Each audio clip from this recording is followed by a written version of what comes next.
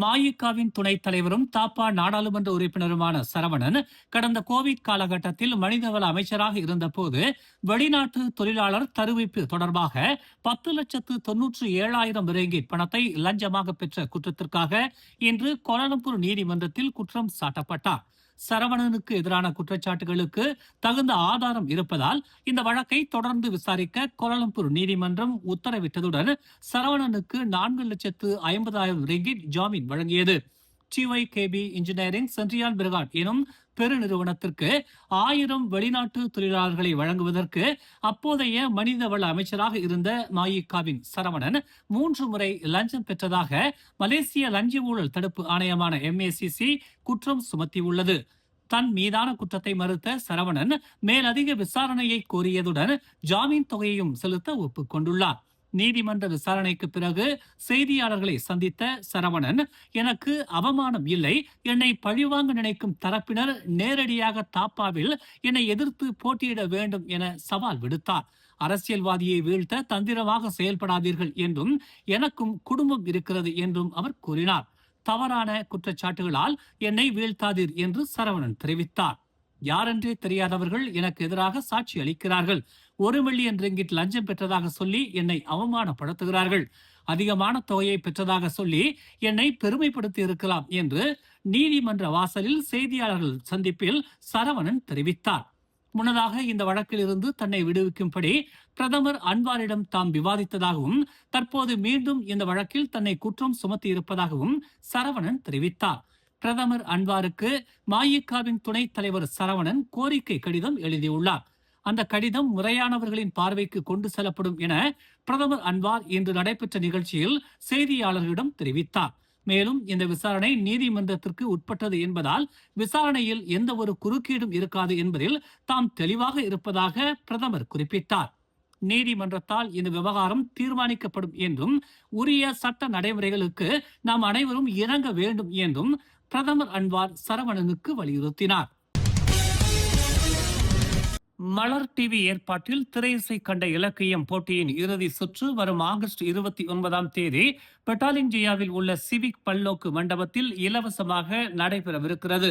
ஏற்கனவே 150க்கும் மேற்பட்ட போட்டியாளர்கள் இப்போட்டியில் பங்கேற்ற நிலையில் இறுதி சுற்றுக்கு 20 போட்டியாளர்கள் தேர்வாகியுள்ளனர். இளையோர் பிரிவில் தீபாசினி கதிரேசன், ஷாலினி பூபாலச்சந்தர், விக்னேஸ்வரன் சுந்தர், சுமதி ஆனந்த ராவ், சக்தி ரவீந்திரன், இளமதி குணாலன், சுகேந்திரன் ராஜேந்திரன், சங்கரி சிவபாலன், கவிஷினா ஸ்ரீனிவாசகம், காயத்ரி பாலன் ஆகிய 10 போட்டியாளர்களும், பொது பிரிவில் ஜெகதீசன் சில்வராசு, சாந்தி வேலாயுதம், ருத்யஞ்சயன் சுந்தரமூர்த்தி, கவிதா வீரமுத்து, திலீப்குமார் மாசிலாமணி, வடிவேலு சின்னக்கண்ணு, தமிழரசு முனியாண்டி, மதியழகன் கோவிந்தசாமி, கயல்வெளி பழனி என 10 பேரும் மொத்தம் நேரடியாக 20 படைப்புகளை வழங்கவிருக்கிறார்கள். இறுதி சுற்றுடன் பரிசளிப்பு விழாவும் நடைபெறுவதால் நடுவர்களின் தேர்வு மட்டுமின்றி பொதுமக்களும் நிகழ்ச்சிக்கு நேரடியாக வந்து 20 போட்டியாளர்களில் ஒருவரை சிறப்பு வெற்றியாளராக தேர்ந்தெடுக்கலாம். உங்களை கவர்ந்த பேச்சாளர் யார் என்பதை ஆகஸ்ட் 29 நிகழ்ச்சியின் போது நீங்கள் வாக்களித்து தேர்வு செய்யலாம். இந்த நிகழ்ச்சியை மலர் டிவி இலவசமாக அனைவரும் பங்கேற்கும் வகையில் ஏற்பாடு செய்துள்ளது. நோயாளியை ஏற்றிச் சென்ற ஆம்புலன்ஸ் சாலையை கடக்கும் போது பக்கவாட்டில் வந்த மோட்டார் சைக்கிள் மோதி விபத்துக்குள்ளானதில் மோட்டார் சைக்கிளோட்டி உயிரிழந்தார். இன்று காலை 9:35 மணிக்கு மலாக்கா ஜாசின் சாலையில் சமீட்சை விளக்கை ஆம்புலன்ஸ் கடந்து செல்லும் போது மோட்டார் சைக்கிள் மோதி இந்த விபத்து ஏற்பட்டதாக ஜாசின் மாவட்ட காவல்துறை தலைவர் லீ ராபர்ட் தெரிவித்தார். சம்பவ இடத்திலிருந்து உடனடியாக மீட்கப்பட்ட மோட்டார் சைக்கிளோட்டி மருத்துவமனைக்கு கொண்டு செல்லப்பட்டதாகவும் காலை 10:30 மணிக்கு சிகிச்சை பலன் இன்றி அவர் உயிரிழந்ததாகவும் லீ ராபர்ட் தெரிவித்தார். உயிரிழந்த மோட்டார் சைக்கிள் ஓட்டி 18 வயதான தொழில் கல்லூரி மாணவர் என முதற்கட்ட விசாரணையில் தெரிய வந்துள்ளது. 41 வயதான ஆம்புலன்ஸ் ஓட்டுநருக்கு வலது கைமுறிவு ஏற்பட்டதாகவும் ஆம்புலன்ஸில் இருந்த நோயாளி சிகிச்சை பெற்று வருவதாகவும் ஜாசின் மாவட்ட காவல்துறை தலைவர் லீ ராபர்ட் கூறினார். நாடு முழுவதும் காற்றின் தரம் மேம்பட்டு வந்த போதிலும் காற்று மாசுபாடு குறியீடு ஆரோக்கியமற்ற நிலையை அடையும் போது கடினமான வெளிப்புற செயல்பாடுகளை தவிர்க்குமாறு மலேசியர்கள் அறிவுறுத்தப்பட்டுள்ளார்கள்.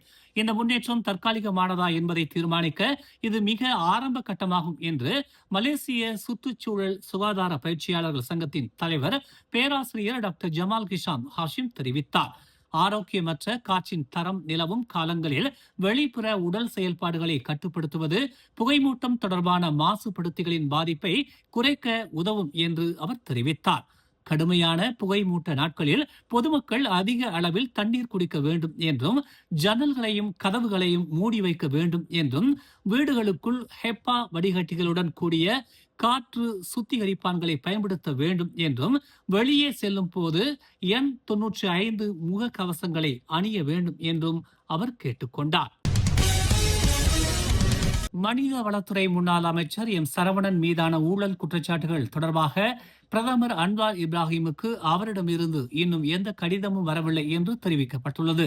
மஇகா துணைத் தலைவரிடமிருந்து கடிதத்திற்காக இன்னும் காத்திருப்பதாகவும் அது கிடைத்தவுடன் மலேசிய லஞ்ச ஊழல் தடுப்பு ஆணையமான MACCக்கு பரிந்துரைப்பதாகவும் அன்வார் கூறினார்.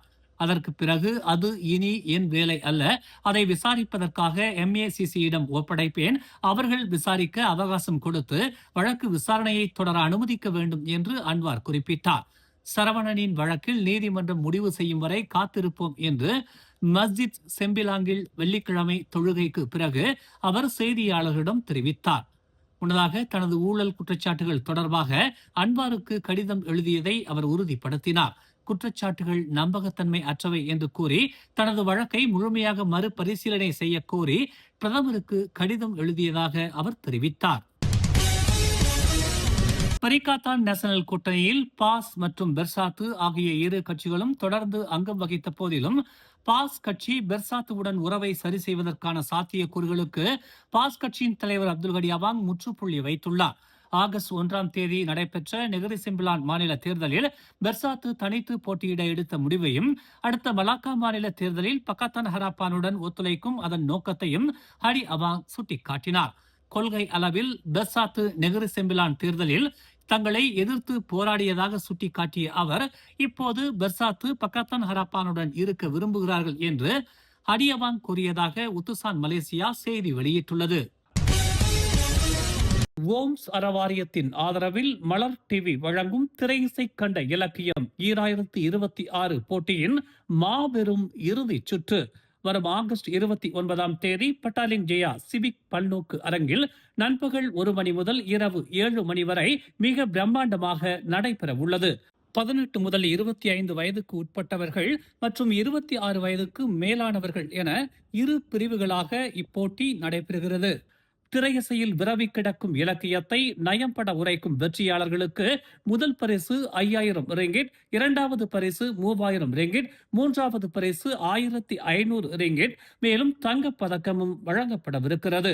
அதோடு நாட்டில் தொடர்ந்து தமிழ் தொண்டாற்றி வரும் பெருந்தகை ஒருவருக்கு சிறப்பு விருதும் தங்கப் பதக்கமும் வழங்கப்படவிருக்கிறது.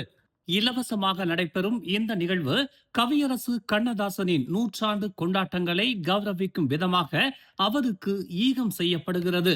மேலும் இசையோடு சேர்ந்து கவியரசரின் புகழ் பாட சிறப்பு வருகை புரிகிறார் தமிழகத்தின் பிரபல பின்னணி பாடகர் TL மகாராஜன். கவியரசரின் பாடல்களை அவரின் இலக்கிய சுவையை விளக்குவதோடு பாடியும் நம்மை மகிழ்விக்க வருகிறார் TL மகாராஜன் அவர்கள். மேலும் செய்திகளை தெரிந்து கொள்ள தமிழ் மலர் இணையதளம், தமிழ் மலர் செயலி மற்றும் மலர் டிவி யூடியூப் சேனலை வலம் வாருங்கள். எங்களோடு இணைந்திருக்க மலர் டிவியை பதிவு செய்து கொள்ளுங்கள். உறவுகள் மகிழ்ந்திட விருப்பம் மற்றும் பகிர்வு சேவையை சொடுக்கிடுங்கள்.